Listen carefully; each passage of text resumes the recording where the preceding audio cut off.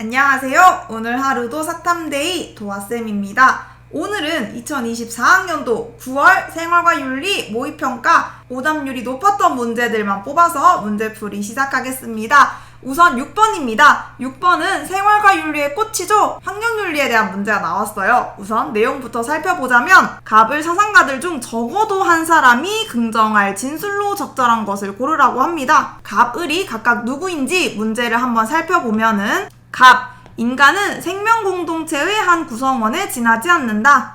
레오폴드죠? 인간이 생명공동체의 정복자가 아니라 평범한 구성원이라고 주장을 합니다. 그리고 을로 넘어가서 인간은 생명이 있는 일부 피조물을 폭력적으로 다루어서는 안 된다. 왜냐하면 그것은 인간의 자기 자신에 대한 의무 위반이다 라고 주장을 합니다. 칸트네요. 생명이 있는 피조물들을 함부로 다루어서는 안 되는 이유가 인간 자신에 대한 의무 위반이라고 주장하는 대표적인 인간중심주의 사상가입니다. 보기로 넘어가서요. 인간은 토지를 단지 자원으로만 이용해서는 안 된다. 레오폴드 긍정의 입장이죠. 레오폴드는 인간이 생명공동체의 온전성, 안전성, 신미성을 해치지 않는 범위 내에서는 자원을 이용할 수 있다고 주장을 했어요. 하지만 자원으로만 이용해서는 안 되겠죠. 인간은 생명공동체의 지배자라거나 정복자가 아니기 때문에 자신의 이익을 위해서만 이용해서는 안 되고 생명공동체의 온전성, 신미성, 안정성을 해치지 않는 범위 내에서만 이용 가능하다고 주장을 합니다. 갑을 사상가들 중 둘 중 적어도 한 사람이 긍정을 할 질문이니까 일단 레오폴드가 맞았죠. 그렇기 때문에 기억은 정답입니다. 둘 중 적어도 한 사람이 긍정을 한 진술을 고를 때는 굳이 둘 다 정답을 찾을 필요가 없어요. 한 명이 애매하다면 확실한 한 명이 긍정이고 다른 한 명은 잘 모르겠다. 그럴 때는 확실한 한 명이 있으니까 정답으로 하면 되겠죠. 칸트는 이 부분에 대해서 명확하게 밝혀진 진술은 없어요. 그렇지만 레오폴드가 확실하게 긍정이기 때문에 기억은 정답으로 처리하고 니은으로 넘어가면 됩니다. 니은 넘어가서요. 생명 없는 존재, 그러니까 무생물이죠. 무생물의 파괴가 도덕적으로 정당한 경우는 없다. 마찬가지로 레오폴드는 생명 없는 존재, 무생물의 파괴가 생명공동체의 신미성, 온전성, 안정성을 해치지 않는다면 도덕적으로 정당하다고 주장을 합니다. 그래서 X고요.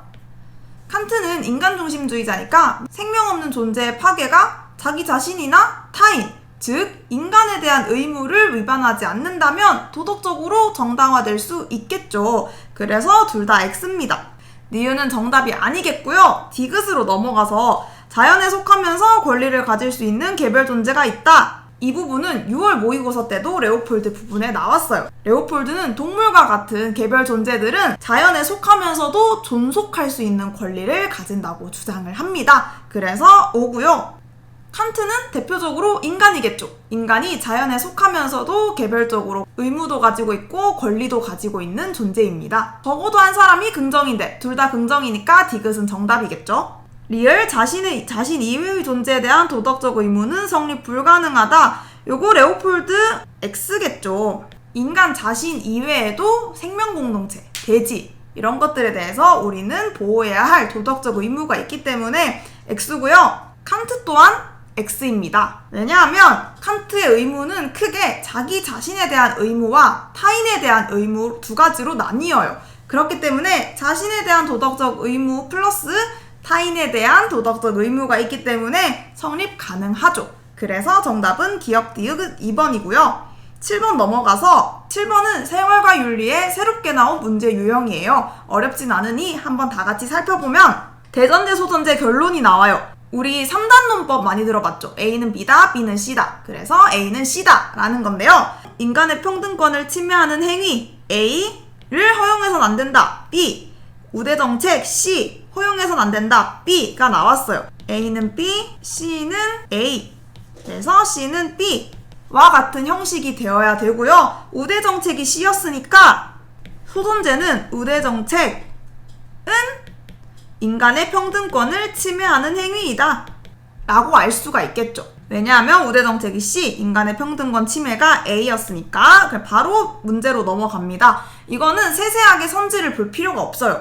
소전제가 우대정책은 인간의 평등권을 침해하는 행위이다 였잖아요. 여기에 대한 반론을 찾는 문제이기 때문에 소전제에 대한 반론을 바로 찾으면 됩니다. 2번을 바로 보면요. 우대정책은 실질적 기회균등 실현에 기여한다 라고 돼 있어요. 정답이고요. 소전제에 대한 반론이 되려면 우대정책이 인간의 평등권을 침해하는 것이 아니다라는 내용이 되어야겠고요. 2번이 우대정책은 실질적 기회균등 실현에 기여해서 인간의 평등권을 오히려 증진할 수 있다라는 내용이기 때문에 정답입니다. 신유형이라서 어렵게 느껴질 수도 있는데 빠르게 풀고 넘어갈 수 있는 문제였고요. 8번으로 넘어가서요. 8번은 책임윤리에 대한 내용입니다. 새로운 정원명령 이야기가 나왔어요. 그리고 현 세대의 존재를 위해 미래 세대를 감히 위태롭게 할 권리가 없다. 요나스의 생태학적 정원명령과 미래 세대에 대한 책임윤리에 관한 내용입니다. 선지로 바로 넘어가서요. 새로운 윤리에 따른 책임의 범위는 현 세대의 인간뿐 아니라 전 지구적으로 그리고 미래 세대까지 확장하자라는 게 요나스의 책임윤리였죠. 정답 1번이고요. 2번 미래 세대에 대한 현 세대의 책임은 총체적이고 호혜적인 게 아니라 일방적이죠. 비호혜적입니다. 호혜적이라는 거는 상호 이익을 준다는 뜻이에요. 서로에게 혜택을 준다라고 해서 호혜예요. 그런데 요나스가 말한 책임윤리는 부모와 자식과 같은 현 세대와 미래 세대에 대한 이야기를 합니다. 부모가 신생아에게 무언가를 해줄 수 있고 해줄 능력은 있지만 신생아가 부모에게 뭔가를 해준다거나 부모가 자신에게 해준 것과 똑같은 혜택을 줄 수는 없죠. 그러한 능력이 없어요. 신생아는 누워서 울고 먹고 싸고 이게 신생아가 할 수 있는 능력의 전부잖아요. 그렇기 때문에 부모에게 자기가 받은 것만큼 뭔가를 해줄 능력이 없습니다. 그래서 비호혜적이고 부모가 자식에게 일방적으로 사랑을 주잖아요. 그런 것처럼 현 세대가 미래 세대에게 가지는 책임은 비호혜적이고 일방적이에요. 부모 자식처럼. 내가 아무리 노력한다고 해서 미래 세대가 그만큼 나에게 해주는 건 없겠죠. 그때 되면 저는 이미 늙어 죽었거나 이 세상에 없을 테니까. 그럼에도 불구하고 우리는 미래 세대를 위해서 일방적으로 그리고 비호혜적으로 할 수 있는 만큼 해줘야 됩니다. 왜냐? 우리는 그럴 능력이 있기 때문이죠. 그런 식으로 주장을 한 게 요나스였고요. 3번으로 넘어가서 발생하지 않은 사태는 윤리적 고려와 예측의 대상입니다. 공포의 발견술 아래쪽 5번 선지에도 나오는데요. 오지 않을 미래에 대한 예측과 예견을 했기 때문에 이대로 살면 안 될 것 같은데 우리 이대로 살면 다 같이 것 같은데 싶으니까 그러면 안 되니까 우리가 미래 세대를 위해 책임을 지고 할 수 있는 걸 하는 겁니다. 4번으로 넘어가서요. 책임윤리는 행위되어야 할 것에 대한 책임을 요청하죠. 현 세대가 책임질 능력이 있기 때문에 미래 세대를 위해서 뭔가를 해야 된다라는 당위로 이어지는 거고요. 그것이 우리가 행위되어야 될 것이죠. 책임질 능력이 있는 사람들이 뭔가를 해야만 해 라고 행위될 것을 요청하고 있기 때문에 4번은 틀렸고요. 5번으로 넘어가서 행위의 결과에 대한 공포가 현 세대의 책임의식을 강화시키겠죠. 아까도 말했지만 그 유명한 공포의 발견술에 관한 내용입니다. 사실 우리가 공부하는 이유도 나는 좋은 대학교 가서 좋은 직장 가서 잘 먹고 잘 살아야지 이럴 때도 당연히 동기부여는 되겠죠. 동기부여는 되겠지만 우리가 진짜 뭔가 했다 싶어서 행동으로 이어지는 거는 최악의 상황을 예측했을 때예요. 남들은 다 대학 갔는데 나 혼자 대학교 못 가서 무시받으면 어떡하지? 남들은 다 취업했는데 나 혼자 취업 못해서 돈도 못 벌고 빌빌거리면 어떡하지? 이런 생각을 했을 때 우리는 강력한 동기로 이어져서 행동으로 좀 더 이어지기 쉽겠죠. 지각하지 않고 제 시간에 갈 때도 내가 제 시간에 가서 커피도 한잔하고 해야지 이럴 때도 행동으로 이어질 수야 있겠죠. 그런데 우리에게 강력한 행위의 동기가 될 때는 안 해서 못했을 때입니다. 그래서 공포의 발견술은 행위 결과에 대한 공포가 현 세대에 대한 책임의식을 강화시키겠죠. 내가 이렇게 휴지 막 쓰고 내가 이렇게 자연환경을 함부로 해서 미래 세대가 오지 않는다고? 나 때문에 미래 세대가 오지 않고 지구가 망한다고? 그럼 좀 안 되는데? 이런 식으로 주장을 하는 게 공포의 발견술입니다. 다음으로 넘어가서요. 9번은 국가의 기원에 관한 문제죠. 홉스로크 루소와 같은 사회계약론자에 대한 문제인데요. 사상가들의 입장을 한번 살펴보면 만인에 대한 만인의 전쟁 상태, 리바이어던 이야기가 나왔어요. 홉스고요.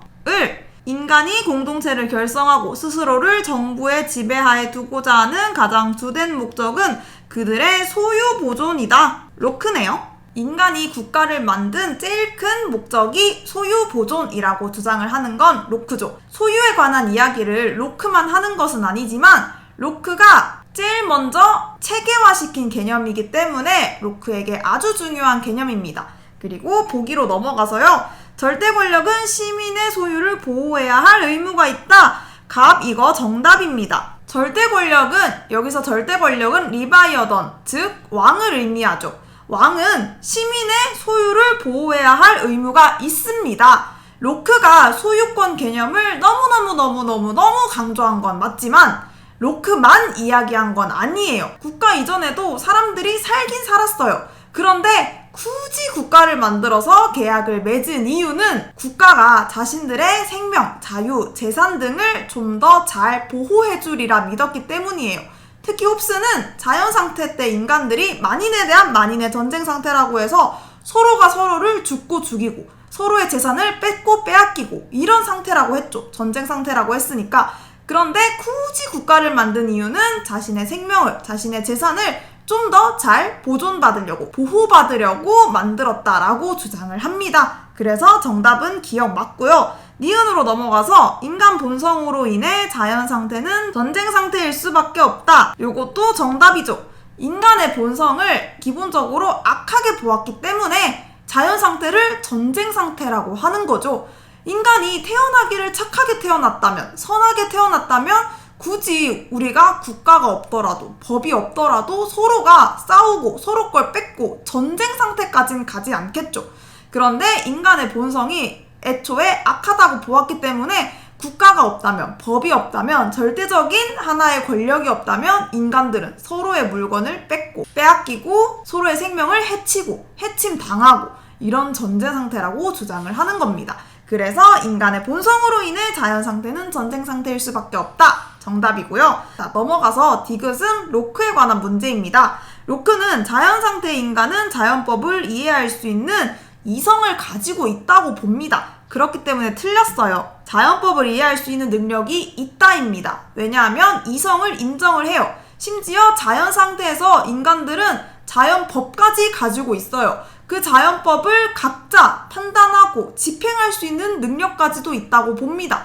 그 법을 인간이 이해할 수 있기 때문에 판단도 하고 집행도 한다고 본 거겠죠. 기본적으로 자연법을 이해할 수 있는 능력이 있고요. 이성도 가지고 있습니다. 그런데 각자 판단하고 각자 집행하다 보니 분쟁 상태가 발생할 수 있겠죠. 지금도 여전히 어떠한 사건이 발생하면 각자 변호사를 고용해서 네가 맞네 내가 맞네 분쟁이 많이들 일어나잖아요. 그리고 그거를 재판해주는 판사가 있죠. 판사는 공무원입니다. 국가 권력이 공정하게 재판도 해주고 집행도 해주기 때문에 국가가 필요한 거예요. 공정한 재판관이 재판을 해주고 이 대한민국 헌법이나 이 대한민국 법에 대해서도 분쟁이 많이 일어나기 때문에 그거를 공정하게 판단해줄 절대 권력이 필요했던 거예요. 그러한 공정한 재판관 혹은 집행 권력 이런 것들이 필요해서 굳이 국가를 만들었다고 주장하는 게 로크입니다. 그래서 디귿은 틀렸고요. 리을 넘어가서 갑과 을, 자연상태의 인간은 자유에 대한 평등한 권리가 있다. 이 부분이 많이 헷갈렸을 건데 리을 정답입니다. 우선 홉스는 자연상태의 인간이 자유에 대해서 똑같이 권리가 있기 때문에 전쟁 상태라고 주장한 거예요. 특히 제가 지금 중학교에 있는데 중학교에서도 중1 친구들이 맨날 와서 서로 싸워가지고 저한테 이르러 오거든요. 그러면 되게 똑같아요. 둘이가 똑같으니까 싸우는 건데 자꾸 얘가 잘못했다, 쟤가 잘못했다 막 이르러 오거든요.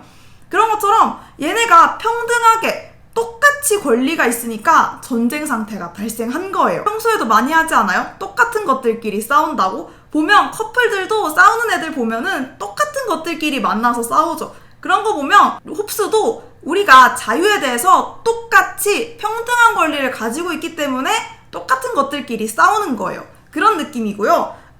로크는 명시적으로 말했죠. 자연 상태는 대체로 평화로운 상태다. 자연 상태에서는 자연법도 있고 자유롭고 평등하게 생활하고 있다 라고 주장을 합니다. 그치만 말 그대로 대체로 평화로운 상태였죠. 마찬가지로 자유롭고 평등하기 때문에 자연법에 대해서 각자 판단하고 아니야 이게 맞아, 아니야 내 말이 맞아 라고 하면서 똑같이 싸우는 거였어요. 똑같이 분쟁이 일어날 수 있다는 뜻이었어요. 그래서 정답은 기억, 니은, 리을 4번입니다.